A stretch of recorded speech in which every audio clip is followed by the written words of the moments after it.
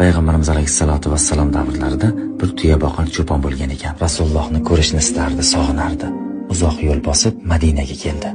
Ammo ust boshida birozgina tuyaning hidi bor deya birinchi bozorga boraman. Payg'ambarimiz alayhissalomning yonlariga borib, u kishiga hidim bilan ozor bermay deb, bozorda atir sotadigan bir sotuvchining yoniga bordi. Atir olayotganida sotuvchi unga dedi: "Nima uchun kelding?" Payg'ambarimiz alayhissalatu vassalomni ko'rish uchun keldim dedi.